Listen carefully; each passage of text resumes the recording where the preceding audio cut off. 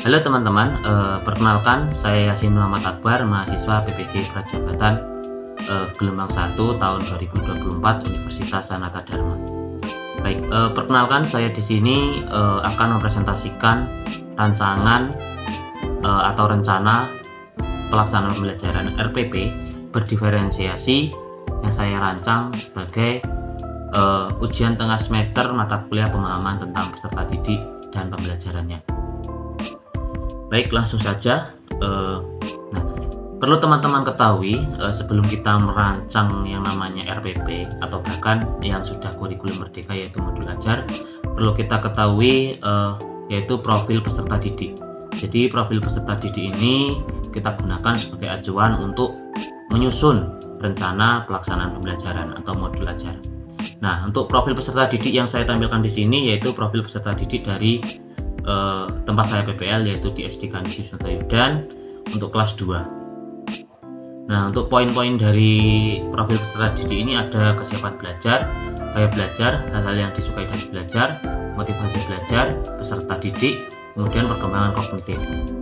Nah, untuk profil peserta didik ini saya dapatkan melalui kegiatan observasi di kelas, kemudian wawancara dengan wali kelas dan penyebaran angkat kepada para peserta didik di kelas 2. Kemudian untuk selanjutnya yaitu identitas RPP. Untuk identitas RPP yang pertama yaitu satuan pendidikan. Untuk satuan pendidikan yaitu di SD Kanisius Yudan yang dimana merupakan tempat saya melaksanakan kegiatan PPL. Kemudian tema 7 kebersamaan, subtema 1 kebersamaan di rumah. Pembelajaran ketiga muatan pelajaran PPKN dan matematika. Kelas 2 semester 2 atau semester genap. Untuk alokasi waktu yaitu 3 jam pelajaran kali 35 menit atau totalnya 105 menit. Untuk selanjutnya yaitu kompetensi dasar dari RPP yang saya susun. Yang pertama ada PPKN, yang kedua ada matematika. Untuk kompetensi dasar ini saya peroleh dari buku guru tematik tema 7. Tema 7 subtema 1 pembelajaran 3. Seperti itu. Kemudian selanjutnya yaitu tujuan pembelajaran. Untuk tujuan pembelajaran yang pertama yaitu melalui demonstrasi, peserta didik dapat mengidentifikasi warna kesukaan teman di kelas. Kemudian kedua, melalui kegiatan diskusi, peserta didik dapat mengelompokkan teman berdasarkan warna kesukaan dengan benar. Kemudian nomor 3, dengan tanya jawab, peserta didik dapat memahami keberagaman teman yang memiliki sifat dan karakter yang berbeda dengan jujur sesuai dengan warna kesukaan. Kemudian 4, dengan mengamati gambar, peserta didik dapat memahami konsep pecahan 1/3 dengan benar. Dan nomor 5, dengan mengamati gambar, peserta didik dapat menjelaskan konsep pecahan 1/3 dengan benar. Yang nomor 6, tujuan nomor 6 yang terakhir, dengan kegiatan menggambar dan mengarsir, peserta didik dapat menunjukkan konsep pecahan 1/3 dengan benar. Untuk selanjutnya yaitu model pendekatan dan metode pembelajaran. Untuk model pembelajaran saya menggunakan contextual teaching and learning atau CTL dengan beberapa sintaks. Yang pertama modeling, inquiry, questioning, kemudian learning community, constructivism, reflection, dan authentic assessment. Untuk pendekatan yaitu scientific dan debate. Kemudian untuk metode pembelajaran demonstrasi, diskusi, tanya jawab, dan penugasan. Untuk selanjutnya yaitu langkah pembelajaran. Untuk pendahuluan, peserta didik menjawab salam dari guru, yang dimana untuk mengawali kegiatan pembelajaran diawali dengan salam. Kemudian peserta didik berdoa sebelum mengawali pembelajaran, berdoa bersama-sama. Kemudian guru memeriksa kerapian dan kesiapan peserta didik dan kebersihan kelas. Kemudian yang selanjutnya guru melakukan absensi kepada peserta didik dengan bertanya apakah hari ini ada yang tidak masuk.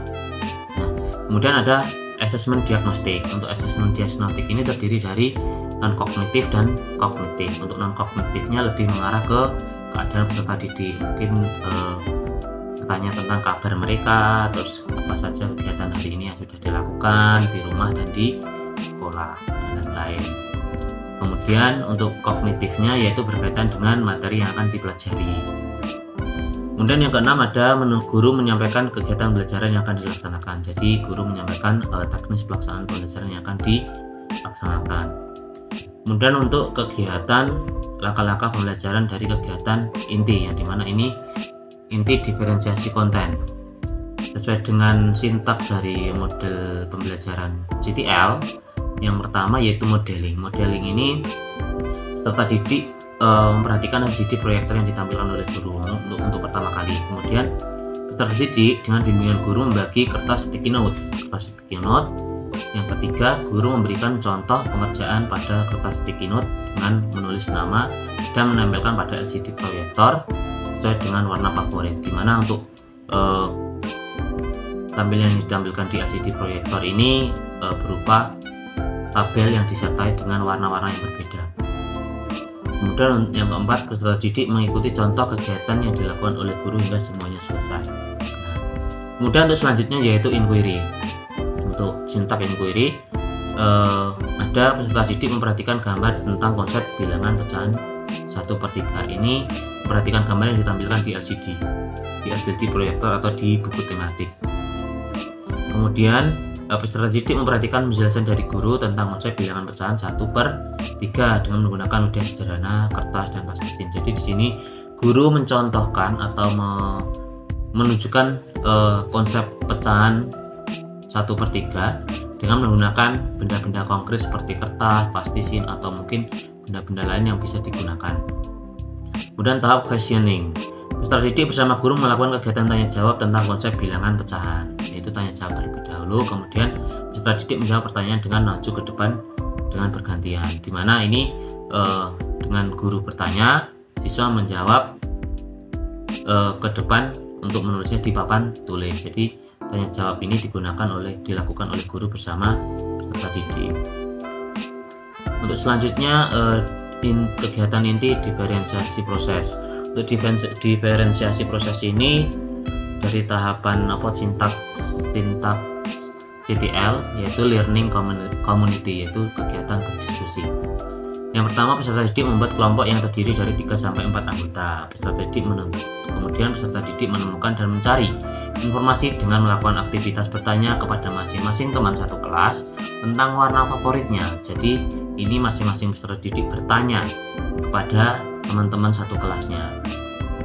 Kemudian dari hasil pertanyaan atau hasil kegiatan tanya jawab bersama teman-teman ini, peserta didik mengelompokkan teman satu kelasnya berdasarkan warna favorit. Untuk selanjutnya, peserta didik mencari pemahaman secara mandiri tentang konsep bilangan pecahan 1/3 dengan menggunakan sumber belajar buku tematik. Peserta didik mengisi pertanyaan-pertanyaan tentang bilangan pecahan 1/3 yang ada pada buku tematik. Seperti itu. Jadi untuk selanjutnya yaitu mempelajari pemahaman secara mandiri berdasarkan buku tematik dan menjawab pertanyaan-pertanyaan berlatih di buku tematik. Kemudian untuk konstruktivisme, yang pertama ada peserta didik mempresentasikan hasil diskusinya terhadap pengelompokan teman sesuai dengan warna favorit. Jadi dari hasil diskusi pengelompokan teman sesuai dengan warna favorit ini dipresentasikan oleh peserta didik masing-masing kelompok. Selanjutnya peserta didik diberikan kesempatan untuk memberikan tanggapan terhadap hasil diskusi dari kelompok yang presentasi. Jadi di mana hasil kelompok presentasi itu untuk peserta didik yang tidak presentasi memberikan tanggapan. Kemudian untuk langkah pembelajaran inti diferensiasi produk, yaitu dalam sintaks CTL itu tahapan authentic assessment, di mana peserta didik mendapatkan 1 LKPD kelompok dan 1 LKPD individu. Kemudian peserta didik mengerjakan LKPD sesuai dengan pemahaman yang didapatkan berdasarkan kegiatan diferensiasi proses. Untuk LKPD yang kelompok ini berupa LKPD dalam bentuk tabel, di mana di situ ada beberapa gambarnya itu berupa kue dengan warna yang berbeda, kue atau puding dengan warna yang berbeda. Jadi nanti dari LKPD tersebut peserta didik menuliskan nama-nama peserta didik sesuai dengan warna favorit yang sesuai dengan warna kue yang ada pada LKPD. Kemudian untuk LKPD individunya ini berupa gambar bangun datar yang dimana nanti digunakan untuk kegiatan mengarsir untuk menunjukkan konsep bilangan pecahan 1/3 seperti itu.